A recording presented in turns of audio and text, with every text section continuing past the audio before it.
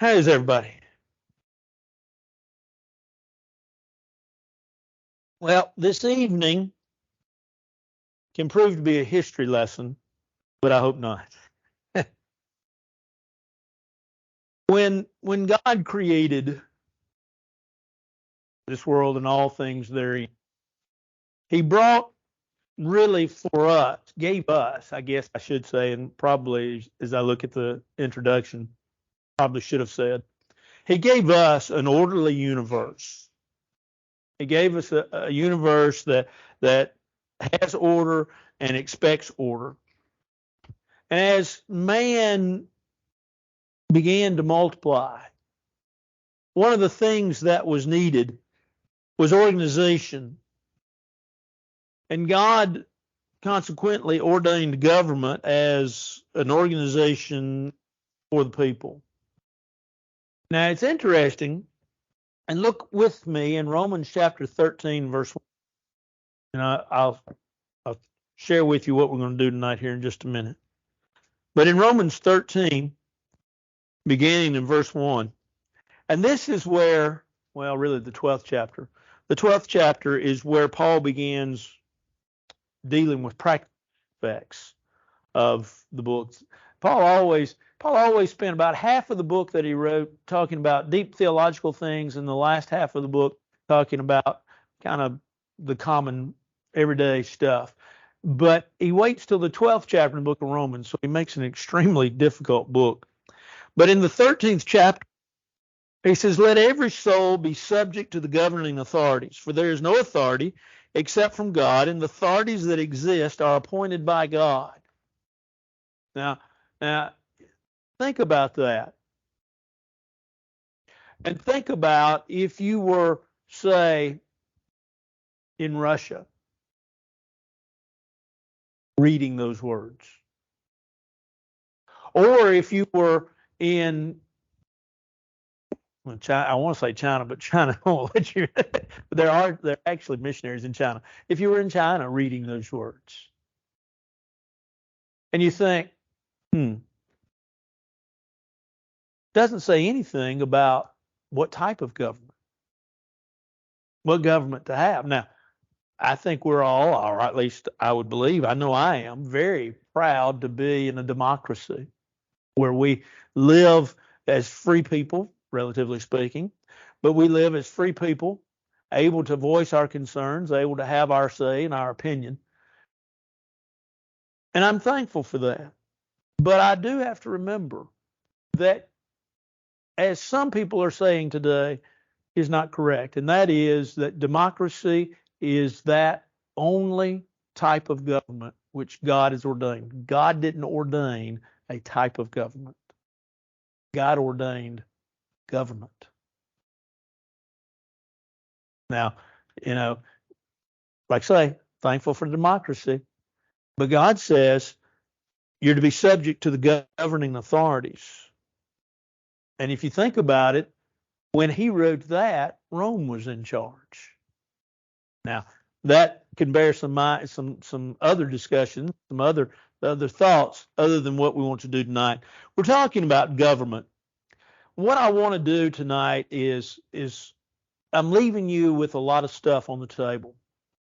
I've given you an outline there, and you can go home and you can read it if you so choose, and get to things from it. I'm going to go kind of run over some highlights out of your outline that I think you can look at and we can make a Bible lesson out of. But I've tried to give you, at least, if you will, an overview of the forms of government that were in biblical times, from the Old Testament all the way through the New Testament. It is to say that it's quite interesting, but it is also bound in history. But I hope that when you walk out this evening, that maybe some thoughts are formed with regards to maybe some things that when you looked at it, you didn't quite catch in Scripture. So with that kind of purpose in mind, let's go through and let's look at some of Israel's government during the Old Testament times. Of course, we understand, especially in the time of the wilderness wanderings, it was a theocracy. That just simply means theo is theos, God, rule of God. that God was the rule. Now we know before that, you could say, well, what about before the wilderness? About the times of Abraham? Well, that was as we've called it, the patriarchal age. That's when the fathers ruled and the fathers had the say. But during the wilderness times, there was a theocracy. And it was interesting. Look with me in the book of Deuteronomy, chapter 1, verses 12 through 18. Now you have to remember something, and that is that God makes the children of Israel, all of them, a kingdom of priests, according to Exodus chapter 18. But in Deuteronomy chapter 1, beginning in verse 12 and going through verse 18, there's an interesting thought with regards to the children of Israel and government. How can I alone bear your problems and your burdens and your complaints? Choose wise, understanding, and knowledgeable men from among your tribes, and I'll make them heads over you. Now, this is Moses. And Moses had become overly worked, overly burdened with trying to deal with people, all the complaints, all the problems. Moses was trying to deal with everybody's issues by himself. And his father-in-law, Jethro, told him, said, you need some help, boy. He said, you need some help. And so this is how Moses is laying it out. Now beginning in verse 14. And you answered me and said, the things which you have told us to do is good. So I took the heads of your tribes, wise and knowledgeable men, and made them heads over you, leaders of thousands, leaders of hundreds, leaders of 50s, leaders of 10s, and officers for your tribes. Then I commanded your judges at that time, saying, hear the cases between your brethren, and judge righteously between a man and his brother, or the stranger who is with them. You shall not show partiality in judgment. You shall hear the small as well as the great. You shall not be afraid in any man's presence, for the judgment is God's. Case that is too hard for you, bring to me, and I'll hear it. And I commanded you at that time all the things which you should do. Moses is recounting here, and he's saying, look, this is how I told you. Basically, we delegated it out, divided it out. We got some other judges over different groups. We appointed them so that they could take care of the business at hand. Moses said, I didn't step out of it to be completely out of it, but wanted you to know that this became great burden for me. And so I'm doing this to help me. Well, that was sort of the administration. That was the beginning, if you will, of the children of Israel, and sort of for lack of a better term, the government of that time. And then you move to as the children of Israel settled in the land of Canaan, and you had a theocracy. Theocracy, once again, is God rule. Well, they settled. We looked at that in the book of Joshua, and they settled in the land. And as they settled in the land, then there came a time of the judges. And in that time frame, God was still in control. And for the most part, the leaders of the tribes, everybody kind of looked, remember they still had the 12 tribes, so to speak, and they had the leaders of those tribes. Well, those leaders were still considered the leaders in that area. Dan and Naphtali, those tribes, all those 12 tribes in the land of Canaan. And you had, during the book of Judges, you had folks that were called judges. And the word judges there simply just means champion. But these were folks that came out of those tribes and usually were over cities or areas. And they really were in charge of sort of getting Israel back online, winning victories, army victories, if you will, battles, army victories, winning battles in order to save Israel from the impending doom that they were facing. But this was still during the time of theocracy. But then, as we move forward into the Old Testament, you get into the period of the kings. You have, first of all, you had a united monarchy that began in 1050 BC and went to 930 BC. The idea of a united monarchy was really something that God had planned. If you're still there in the book of Deuteronomy, turn over to the 17th chapter of the book of Deuteronomy. This is something that up until a few years ago, I guess I had just, it had not registered on me, but then a few years ago, it came to light as I was studying that before Israel ever appointed their first king, God had told them they would have a king. Long before. Deuteronomy 17, beginning in verse 14, are these words. When you come to the land which the Lord your God is giving you and possess it and dwell in it and say, I will set a king over me like all the nations that are around me, you shall surely set a king over you whom the Lord your God chooses. One from among your brethren you shall set as king over you.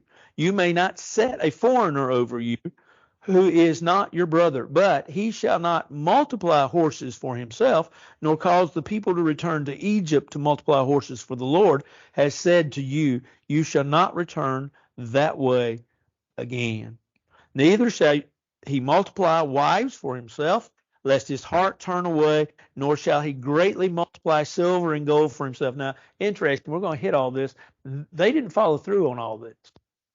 King did. Just catch what's being said. Also, it shall be, when he sits on the throne of his kingdom, that he shall write for himself a copy of this law in a book from the one before the priests and the Levites. And it shall be with him, and he shall read it all the days of his life, that he may learn to fear the Lord his God, to be careful to observe all the words of this law and these statutes, that his heart may not be lifted above his brethren, that he may not turn aside from the commandment to the right hand or to the left, and that he may prolong his days in his kingdom, he and his children in the midst of Israel. God prophesied, God told Israel long before they ever rose up and said, we want a king, that they were going to have a king. Now, like we said, the kings didn't follow all this. But there was a united kingdom, and the king, as the children of Israel wanted, if you go on over now, if you go over to 1 Samuel, we'll not spend time reading all of this, but if you look in 1 Samuel, the 8th chapter, the people wanted a king. And the reason they wanted a king was for what? Does anybody know? Be like the lands around them, yes. And their major responsibility was to do what? Military. Raise up an army. Yeah. They wanted a king because, as Jim said, they wanted a king because they wanted to be like everybody else. But they wanted to be like everybody else with regards to an army. They had, if you will, they had pretty much been beaten up. They had been oppressed for a long time by the Philistines. And so they wanted a king. If you're there, if you happen to be in 1 Samuel 8, look in verse 5. And said to him, look, you are old and your sons do not walk in your ways. Now make us a king to judge us like all the nations. See, they wanted to be like everybody else.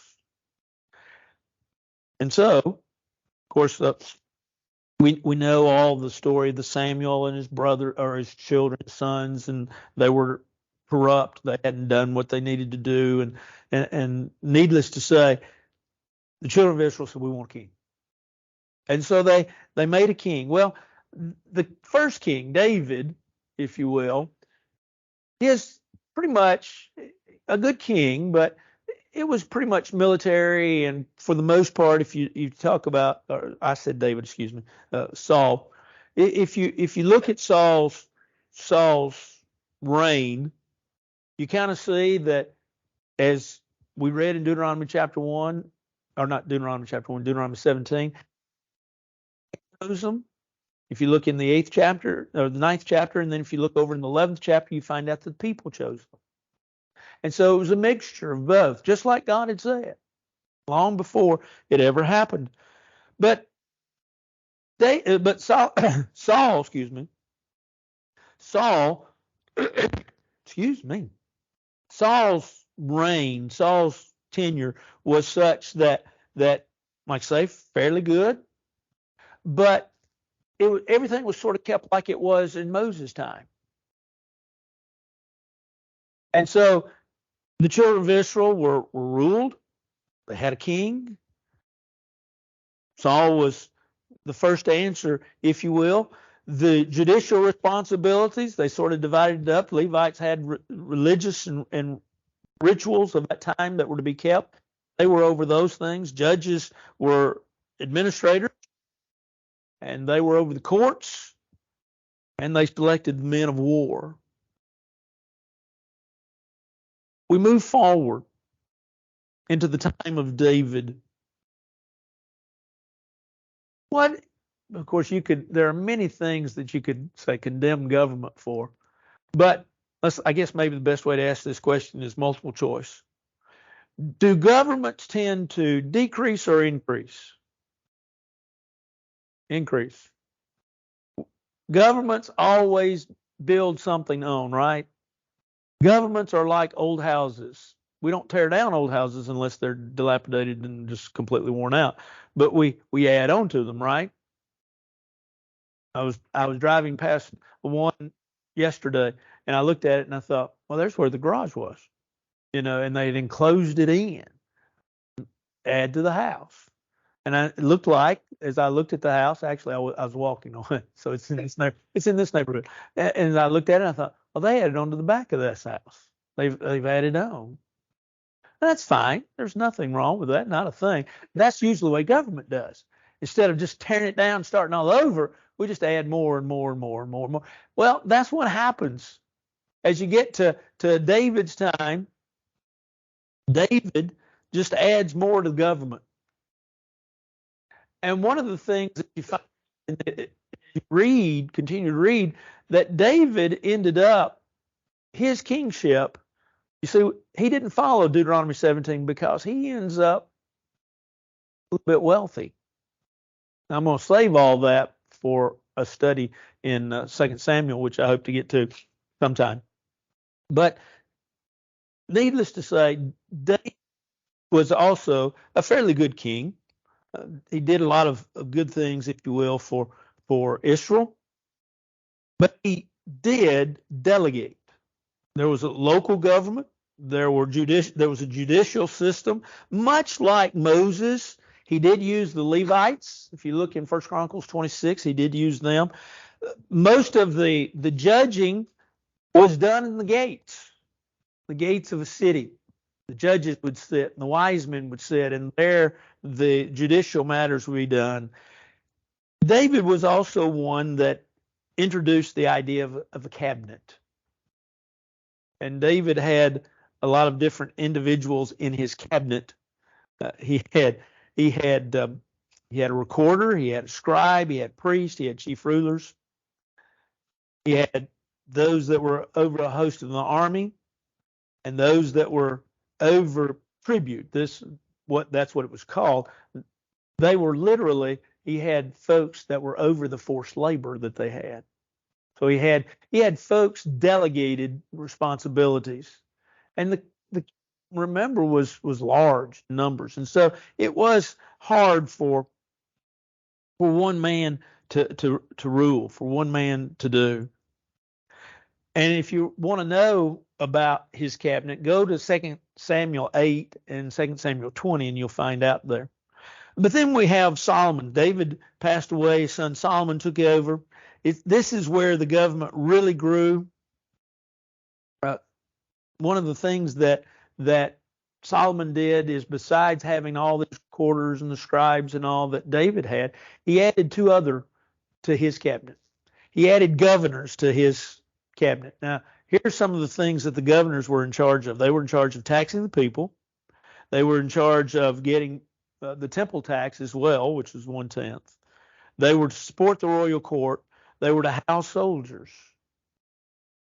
And then he had advisors, which were really managers of the palace. So in other words, it wasn't enough that he had folks out there taking care of, he had folks in the house taking care of him. And so government is growing. It's getting bigger all the time. Now, if you want to see all of that, that's sort of a thumbnail sketch. Go back and read, say, 2 Samuel First, Second Chronicles. I like Chronicles better than Kings, although I probably studied Kings more. I like the stories. There's a little more depth of the story in First, Second Chronicles for me than say in First, Second Kings. First, Second Kings is pretty much just real straightforward. But go back and read those things, and you'll find out that Solomon had a cabinet as well. But one of the great things that Solomon did do with regards to government is he sort of centralized. Everybody had to come back. In other words, it wasn't this little group over here doing what they wanted to do, and this little group over here, this little group over here, and we all make up a nation. Everybody still had to report back to the king and to his cabinet. And so Solomon had really brought the children of Israel from a government standpoint into a more centralized government. It wasn't just little groups all over the empire doing what they wanted to do. Well, the kingdom, of course, we know after Solomon, the kingdom divided. You had Israel to the north, Judah to the south. Judah lasted till about 721, Israel lasted about 721. Judah lasted till 586 BC. And Israel and Judah, for the most part, from what we can tell, government-wise, was pretty much like, say, about the time of Solomon, a government that had a lot of little cabinet members and a lot of little folks, but they tried to be centralized even though they were a divided nation. And so that's government in the Old Testament. That helps maybe give you some thought with regards to reading. I think where we get mixed up in government and don't understand some things is in the New Testament. And so that's why I want to run through the Old Testament. I want to get into the New Testament. I did give you a note there with regards to the land. Think about Palestine. Think about, we had the first night of this study where we think of the land of Canaan, the Palestine, Israel. It's what we think of it with regards to the Bible. And when we think about that land, well, who was in charge of that land? Who was over that land? Who had that land? Who possessed that land? I've given you some dates. 605 to 536 BC, Babylon did. Persians had it from 535 to 331 BC. It is during the time of the Persians that the Lord chooses not to reveal himself. Remember now, between, say, the last revelations of what we have in the Old Testament and when we have the opening of the New Testament, there's a 400-year period of silence called the intertestamental period. That's when a lot of things happened. You don't see Pharisees in the Old Testament, do you? It's when Pharisees came in. It's actually when pretty much all the groups, Pharisees, Sadducees, the Essenes, and Zealots, pretty much all came in during that intertestamental period. And sometime we'll talk about the intertestamental period. It's a fascinating part of history that is just kind of opens some doors to some understanding, especially in the New Testament. But during that time frame of when the Persians were in control of the land is when that 400-year silence of God appeared. The Greeks took over in 331 and pretty much had it till 167 BC. The Maccabees then from 167 to 143 BC. The Hasmoneans from 143 to 63 BC. And then the Romans. We really think with regards to, in our mind, as we're reading the Bible and studying the Bible, we think about the Babylonians, and we think about the Greeks, and we think about the Romans. And while I said Persians, a lot of historians call it Medo-Persians. Really, two countries came together. And so we're over Israel at that time. It was during the time, of course, of the Roman Empire that we have the New Testament.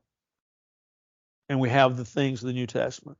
But as we read the New Testament, these roles in government, sometimes we don't catch everything. I want you to compare a couple of things. Look first with me in Luke chapter 2.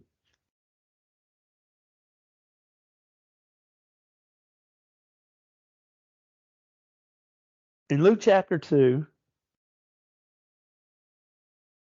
verse 1, it says, "It came to pass in those days that from Caesar Augustus, that all the world would be registered, or should be registered, excuse me.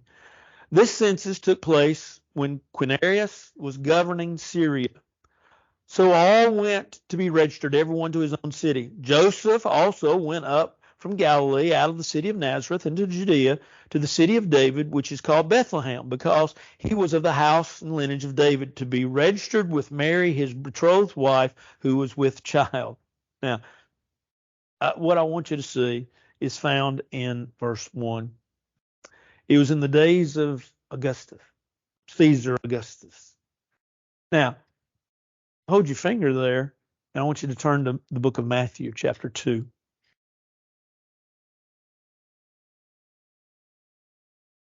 In Matthew chapter 2, verse 1,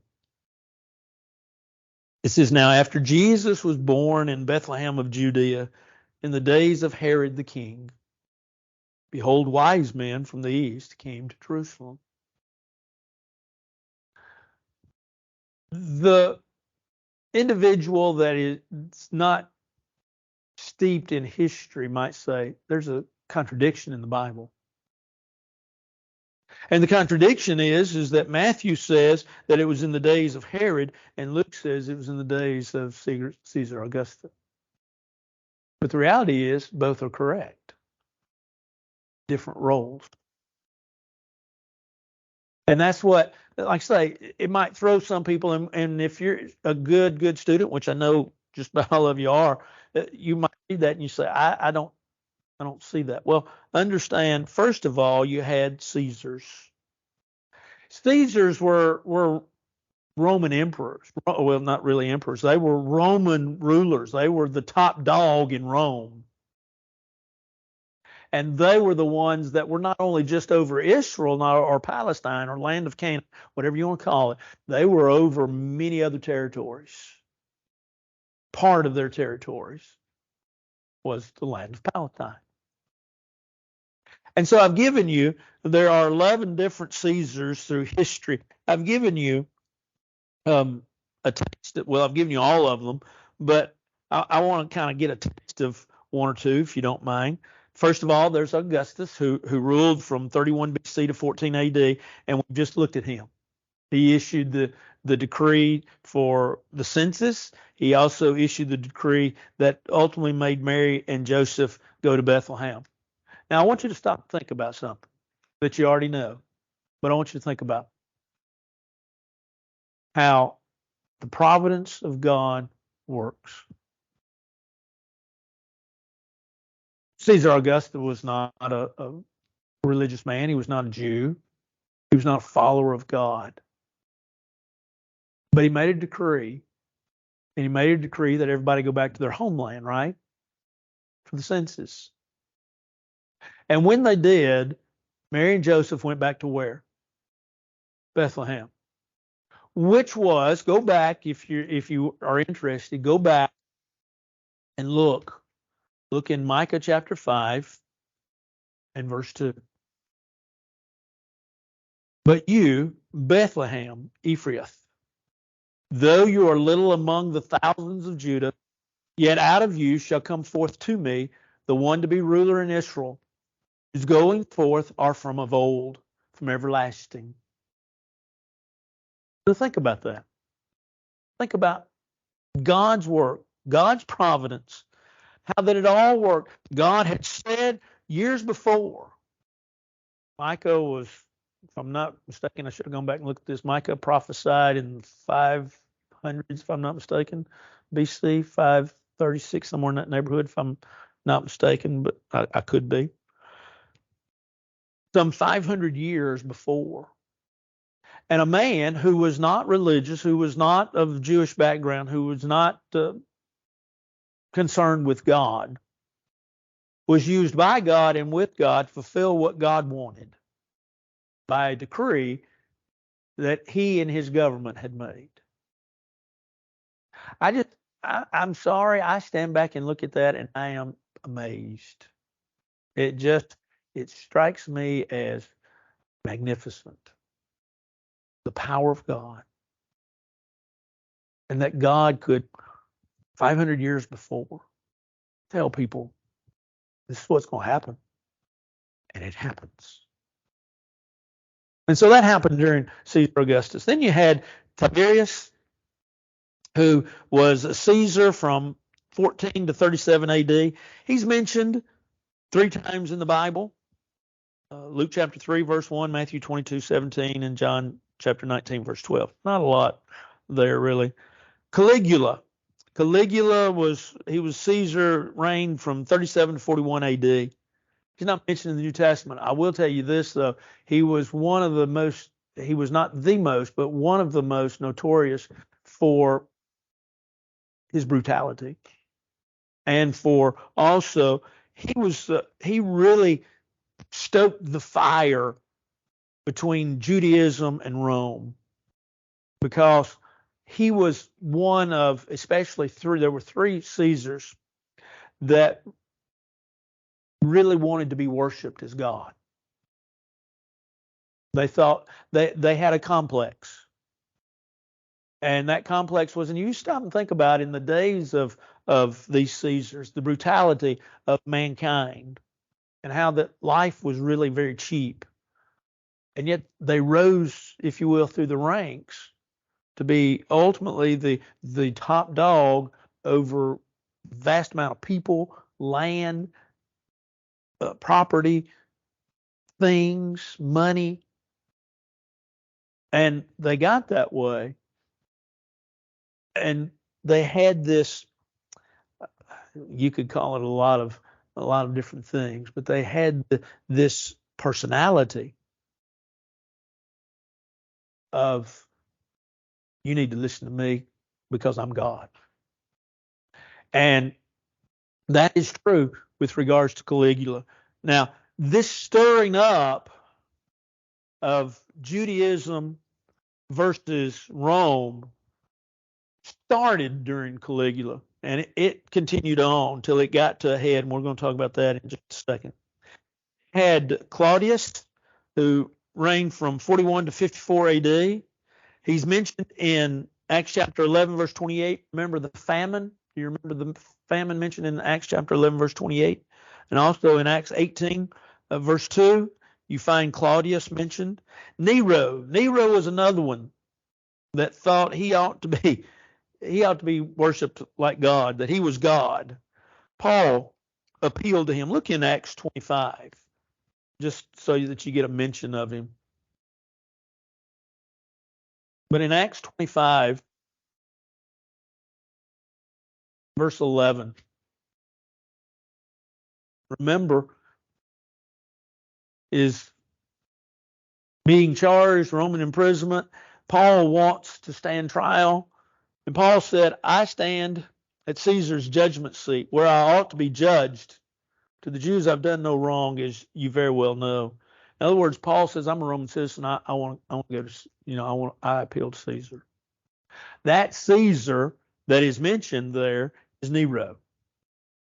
And it's also, again, if you happen to be there, you might want to turn over one page, chapter 27, verse 24. Paul says, do not be afraid, Paul. You must be brought before Caesar. God speaking. Remember, Paul was in prison. And indeed, God has granted you all those who are not in prison. Well, he was in prison, but he's on his trip. This is when the boat's being brought to and fro.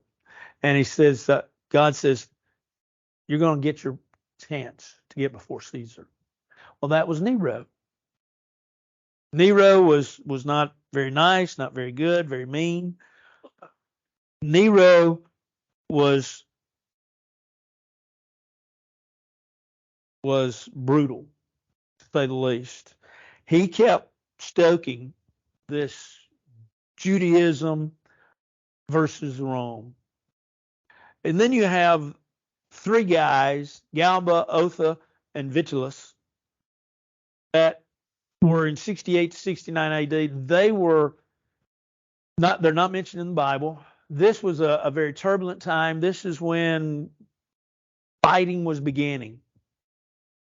And the Jews basically about this time were beginning to say, we've had enough. We don't want any more.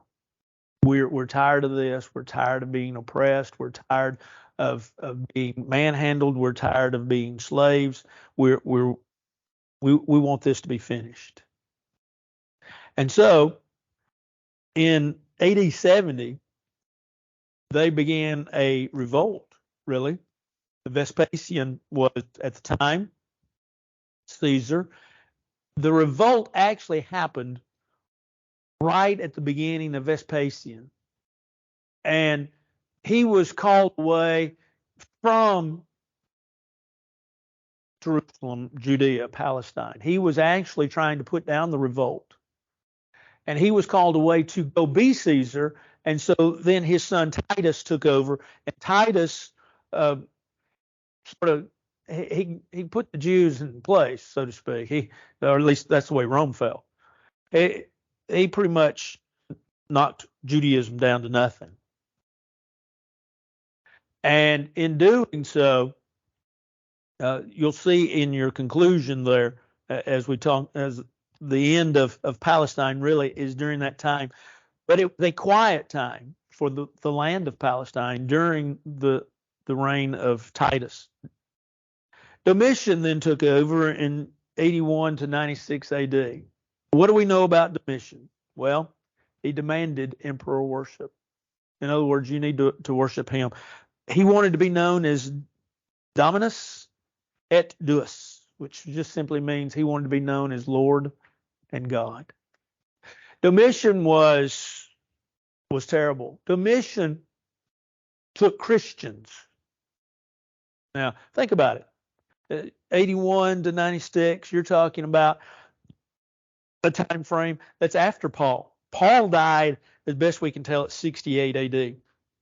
So Christianity has been flourishing at that point in time when Domitian becomes emperor. But Domitian hates Christians. Why? Because Christians were doing what? Worshiping God. And they didn't want to have anything to do with Domitian as being God. Now, from the standpoint of emperor, that was one thing, but from the standpoint of worshiping as God, they didn't want to have anything to do with it. And so consequently, Domitian, in his brutality, would have Christians taken and put in jail. And then when he wanted his gardens at night lit, he would have individuals take these Christians and dip them in oil, tie them to a stake, and light them on fire. And they were torches. They were torches for his gardens at night. These were Christians that he was doing this to. This is when it is believed, and I'm one of those that believes this. This is when the book of Revelation was written. And so you want to know why in the world were they kind of writing in this different type of literature that almost looks like secret code? Because of this, if I wasn't in church, I'd call him an idiot. But since I'm in church, I won't call him that. But it was because of this guy and his brutality. Now, these all were Caesars, as we said. These were folks that were not in, as we think of Palestine, they were in Rome. Then you had the Herodian dynasty. These were folks pretty much that ruled just Palestine. And they're a lot in and of themselves. First of all, you have Herod the Great. That was from 37 BC to 4 BC. He had to conquer some of the land. And so he conquered Idumea, Judea, or Idumea, Samaria, and Galilee. And he also took Jerusalem. We do thank him. He rebuilt the temple. The temple had once again been laying in ruins, and he spearheaded the rebuilding of the temple. And not only the rebuilding of the temple, but the rebuilding of Jerusalem, because folks just hadn't done anything. Money, power. Yeah, it wasn't a religious thing for him at all. I think that's a great question. It wasn't a religious thing at all. Yeah. And he was also the one that was responsible for the decree to kill all the babies in Matthew chapter 2. Archelaus reigned over Judea, Samaria, and Idumea from 4 BC to 6 AD. He wasn't that good of a leader, and he was banished to Gaul. Herod Antipas, you've heard of Herod Antipas probably. I hope you have. 4 BC to 39 AD. Built Tiberias. Now, this is the one that the Lord called the fox. He was really a great guy. He divorced his wife so he could marry his sister-in-law. I mean, just a prince of a guy, just terrible. He is the one, if you recall, in the trials of Jesus. You know, we think of Herod and we say, wait a minute, well, there was Herod the Great. Now, remember, all of these were really called Herod the Great, Herod Archelaus, Herod Antipas, Herod Philip, Herod Agrippa. They were all Herods. And so when we look in Luke 23, we find out that there's one that wants to see a miracle. Look there with me. Luke chapter 23. George is ringing the bell way too early. He's really not. It's just me being long-winded. But Luke 23, verse 7. As soon as they knew he belonged to Herod's jurisdiction, he sent him to Herod. Now, we might tend to think of, well, is that the same Herod that was there at the birth of Jesus? No, it's different. Well, who is this Herod? Well, this is Herod Antipas. And so, verse 9, he questioned him with many other words, but he answered him nothing. The chief priests and scribes stood, accused him. Herod, with his men of war, treated him with contempt, mocked him, arrayed him in gorgeous robes, sent him back to Pilate. That very day, Pilate and Herod became friends with each other, for previously they had been at enmity with each other. Then Pilate, when he had called together the chief priests and rulers and people, said to them, "You've brought this man to me as one who misleads people, and indeed, having examined him in your presence, I have found no fault in this man concerning those things of which you've accused him." And the story goes on. But this Herod is different than the first Herod. Then you had Herod Philip. Herod Philip was basically the Herod, if you will, that was over what would be considered northeast Palestine. Go back in your thinking and understanding, especially the book of Luke helps you with this. There was a period of time in which the Pharisees basically had run Jesus out of what we would say, let's just say Jerusalem, that area. And Jesus went up what would amount to close to the Sea of Galilee, north, right? Northeast Palestine. We looked at the maps that we saw the first week of this study. Jesus went up there and stayed for a period of time. Luke has a special section that Matthew, Mark, and John don't have, and that's a lot of that time. Well, who was the Herod at that time and in that place? Well, it was a fellow by the name of Herod Philip. And so he died then about 34 AD. Then you had Herod Agrippa. He began his reign in 37 AD in the territory of Herod Philip. And 2 years later, he gained control of the territory ruled by Antipas. And finally, in 41 AD, he united all territory. Because, see, what happened, and I should have made this clearer, after Herod the Great died, the land kind of split from a standpoint of as the Herods were ruling. And each one had their own little section. And so Agrippa the first kind of got everybody together. During the time of the New Testament, we also find a fellow by the name of Pontius Pilate, and we find some other guys such as Felix and Festus that were procurators. Well, what were procurators? Well, they had basically three charges: collect the taxes, command the military, and act as judges in the day-to-day activities. Those, I tell you all that, and I don't expect you to walk away with a history lesson and say, I don't get anything out of it. What I want you to do, and what my purpose in doing all of this is to get you to see several things. First of all, there's not a contradiction in the Bible. Second of all, there are folks that are just referenced to, but they're not necessarily the same folks. And so if you're sitting at home and you're thinking, like we said, Herod Philip, are these? No, they're different. but that's all right. They had a particular role, particular place within the government of God, or the government of the land. And so what you see is the government of the land evolved. You had in the Old Testament, you had Jewish people, you had kings, you had a government that was growing. By the time you get to the New Testament, all of a sudden you have a whole new world empire, if you will, that has taken over the children of Israel, has taken over the land of Palestine. Of course, we see Christianity changing in that time frame. We see it going from a theocracy to still God-centered belief, God-centered faith, but yet at the same time, too, understanding that God has appointed a civil government under which we are under. Also, and still bigger, if you will, is his government, which we are under. And so if you kind of get all that, that's good enough. Well, how did the Palestine, how did it end? Well, that's why I put this in the conclusion here. The end of Palestine happened, not only the end of Palestine, the end of the Sanhedrin Council, the temple can be attributed to the revolt that we talked about during the time of Vespasian and Titus. Vespasian led the charge to be followed by his son Titus. The Jews, by the thousands, slaughtered. They were slaughtered. And in being slaughtered, they were not, those that weren't killed were simply drove out of the country, and they were not for many years allowed to return back to Jerusalem.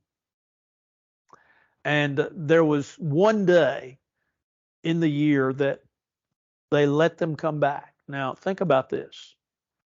If you were of Jewish background and you were of Jewish belief, you needed to go to Jerusalem at least 3 times a year. And they were forbidden. They couldn't do it. They'd been run out. They had been pushed out, killed. And it was all because of this revolt. But we're thankful. We're thankful for Rome.